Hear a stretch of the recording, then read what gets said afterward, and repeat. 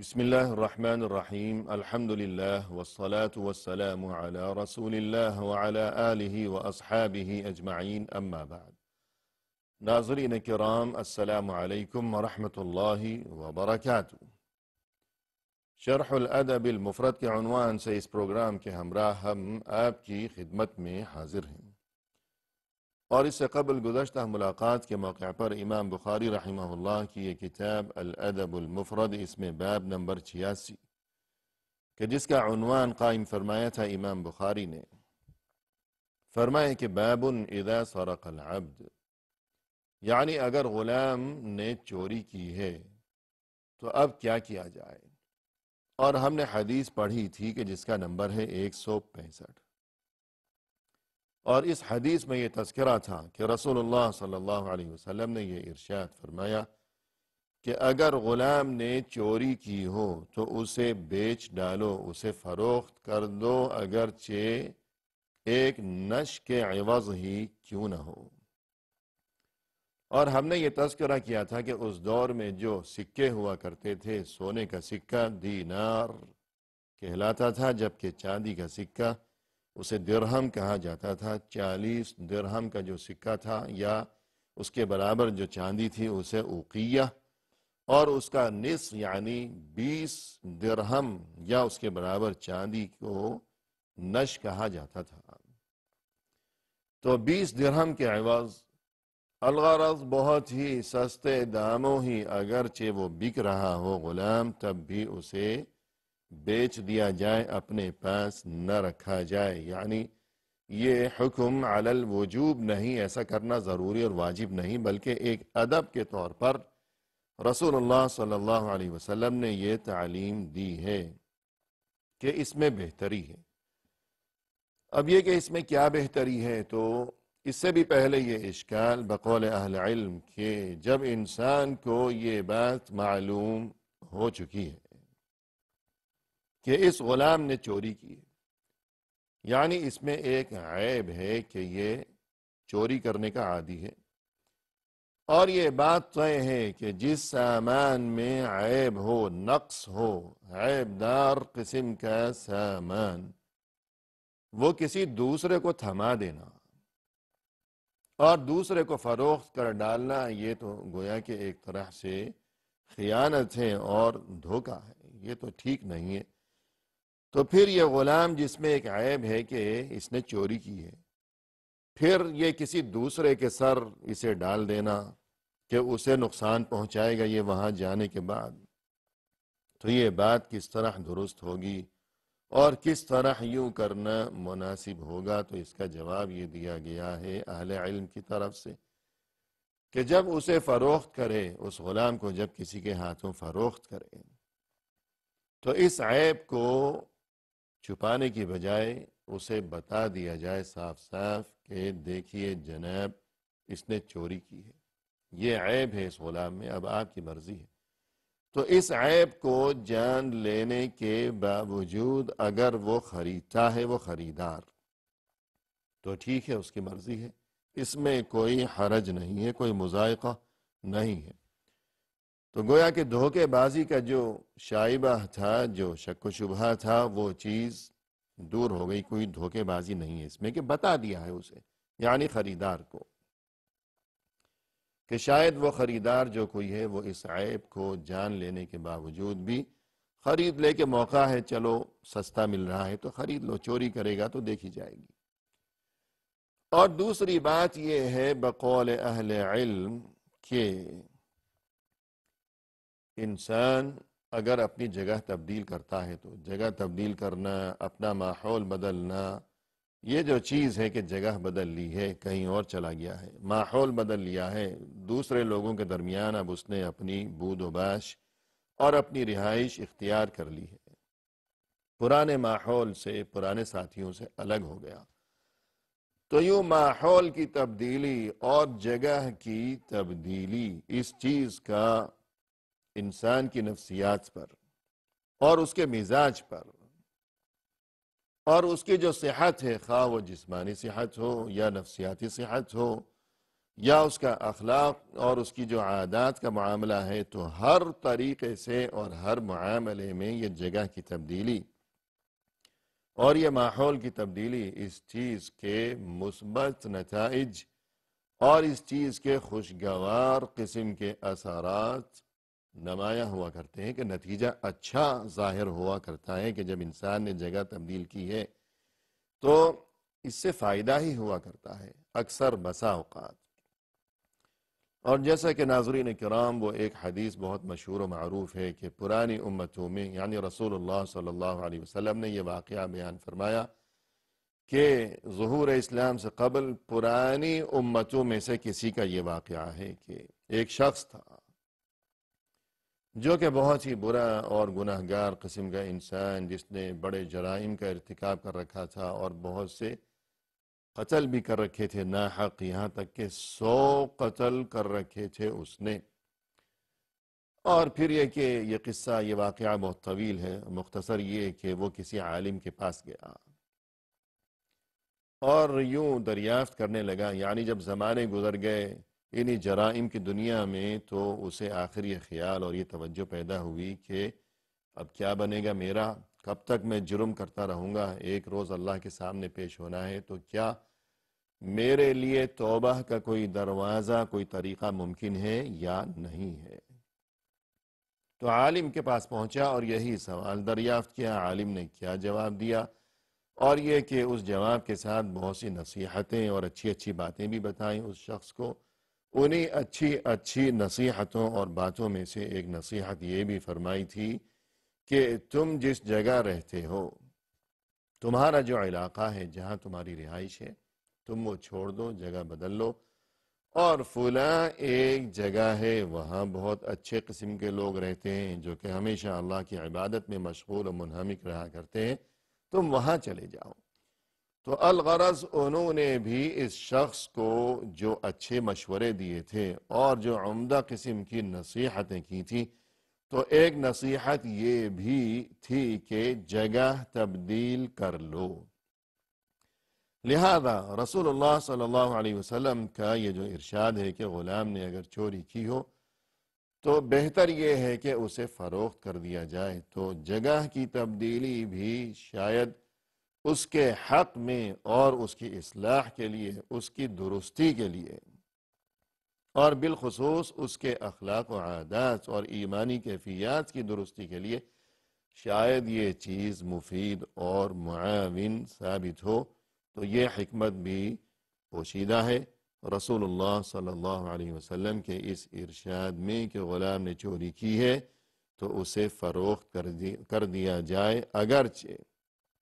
بالکل ہی سستے داموں ہی کیوں نہ ہو۔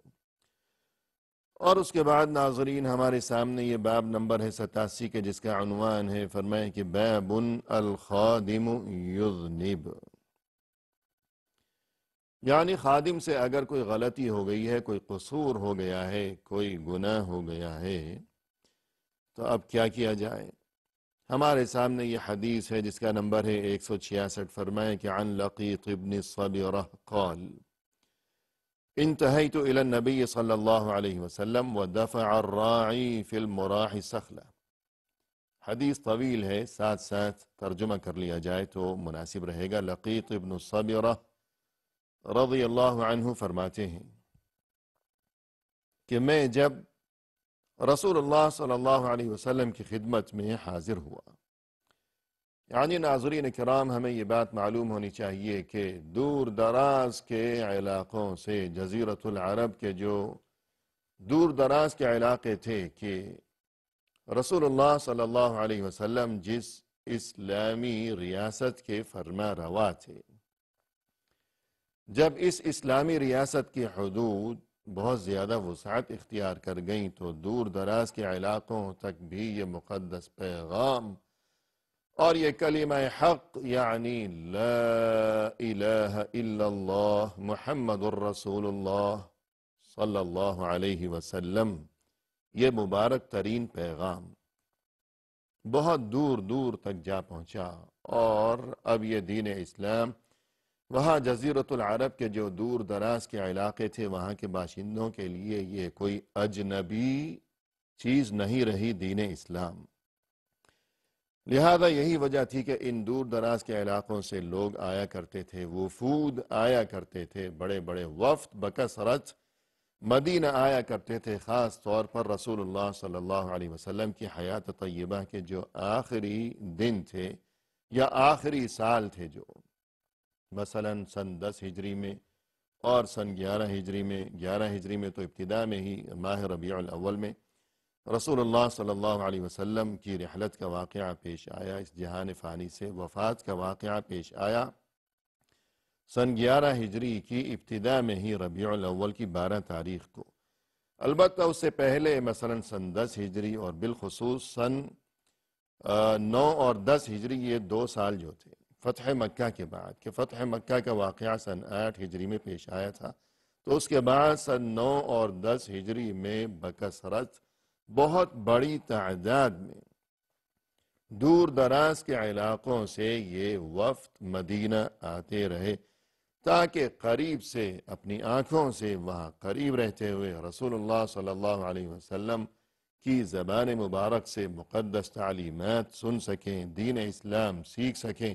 اللہ اور رسول کی باتیں سن سکیں اور پھر اپنا سکیں. تو اسی طرح ایک وفد کی سربراہی کرتے ہوئے یہ لقیط ابن صبرہ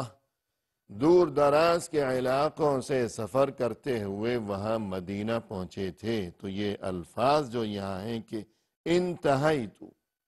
اس کا یہی مطلب ہے کہ میں طویل سفر کرتے ہوئے آخر جب وہ لمحہ آ پہنچا کہ آخر میں پہنچ ہی گیا. کہاں پہنچ گیا؟ الی النبی صلی اللہ علیہ وسلم، رسول اللہ صلی اللہ علیہ وسلم کی خدمت میں آخر پہنچ ہی گیا. اور جب میں وہاں پہنچا تو جو کچھ منظر تھا اور اس وقت جو صورتحال چل رہی تھی، تو اس دوران ہم نے یہ منظر بھی دیکھا کہ وَدَفَعَ الرَّاعِي فِي الْمُرَاحِ سَخْلًا، ہم نے دیکھا کہ ایک چرواہا ہے کہ جو باہر کہیں سے بکری کا ایک نو مولود نیا بچہ پیدا ہوا ہے بکری کا، اسے لیے ہوئے وہ چرواہا آیا ہے.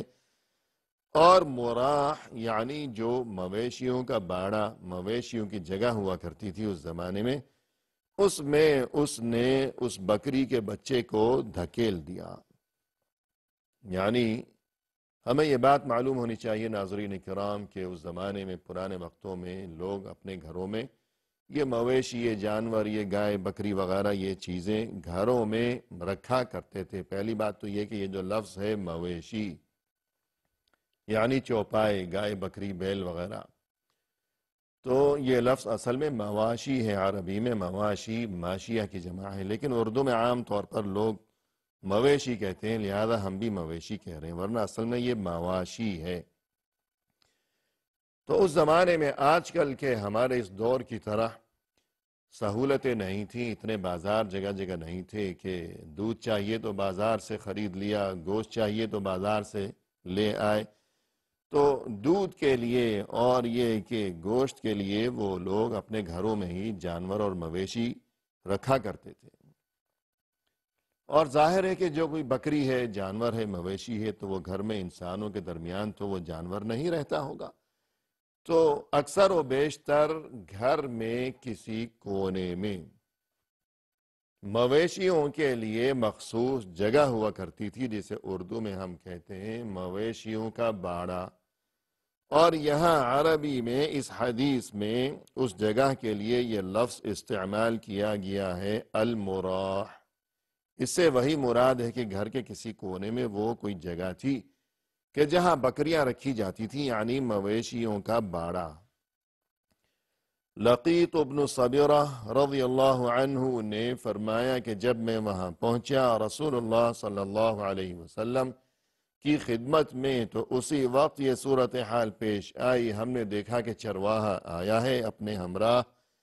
ایک بکری کا نو مولود بچہ اس نے اٹھا رکھا ہے، اور پھر اسے اس نے مویشیوں کے لیے وہ جو مخصوص جگہ تھی اس میں دھکیل دیا اس بچے کو، بکری کے بچے کو۔ سخلہ کے معنی بکری کا بچہ جو نیا نیا پیدا ہوا ہے۔ اس کے بعد آگے فرمایا کہ فقال النبی صلی اللہ علیہ وسلم لا تحسبن ولم يقل لا تحسبن۔ رسول اللہ صلی اللہ علیہ وسلم نے میری جانب متوجہ ہوتے ہوئے ارشاد فرمایا کہ لا تحسبن، یعنی تم یوں نہ سمجھنا۔ پہلی بات تو یہ کہ یہ راوی لقیط کہتے ہیں کہ آپ صلی اللہ علیہ وسلم نے اس موقع پر یوں ارشاد فرمایا کہ لا تحسبن، وَلَمْ يَقُلْ لَا تَحْسَبَنَّ، اور یوں نہیں فرمایا کہ لا تحسبن، لا تحسبن فرمایا سین کے نیچے زیر کے ساتھ۔ یوں نہیں فرمایا کہ لا تحسبن سین کے اوپر زبر کے ساتھ۔ تو اس سے کیا بیان کرنا مقصود ہے؟ تو ناظرین، یہ عربی لغت کا معاملہ ہے۔ عربی لغت میں یہ جو لا تحسبن یا لا تحسبن، یہ باب حسب یحسب سے ہے، اور یہ لغت کی بات ہے، طویل بات ہے۔ مختصر یہ کہ یہ جو یحسب ہے عربی زبان میں، جس کے معنی ہے گمان کرنا، سمجھنا، خیال کرنا،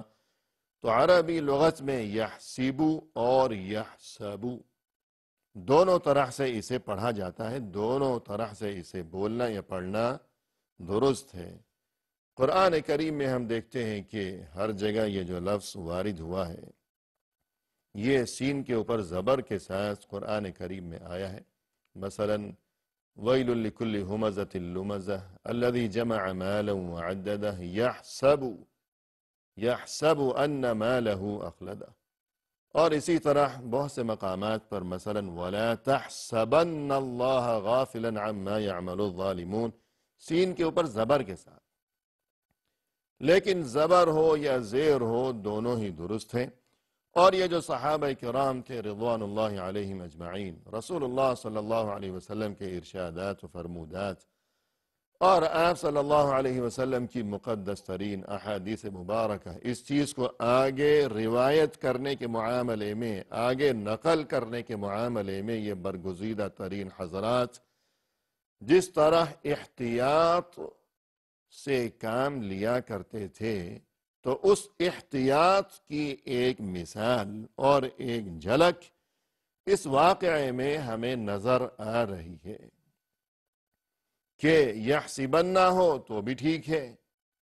یحسبن نہ ہو تو بھی ٹھیک ہے، سین کے اوپر زبر ہو یا اس کے نیچے سین کے نیچے زیر ہو، دونوں طرح درست ہے، کوئی فرق نہیں پڑنے والا۔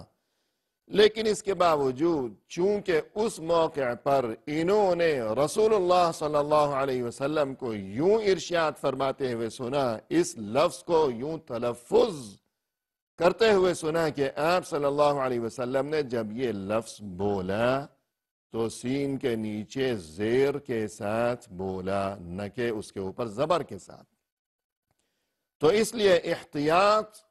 کے معاملے میں ان حضرات کی کیا صورتحال تھی، اس چیز کا اندازہ اس بات سے کیا جا سکتا ہے۔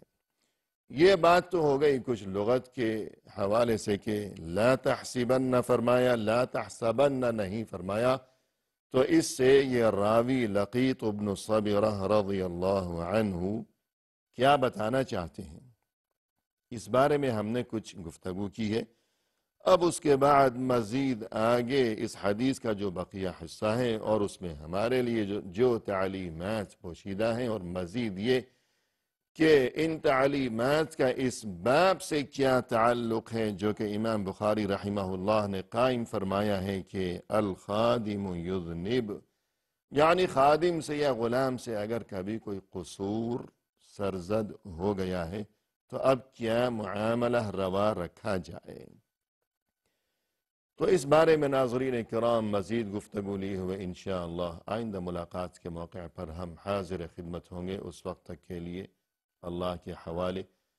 وآخر دعوانا أن الحمد لله رب العالمين.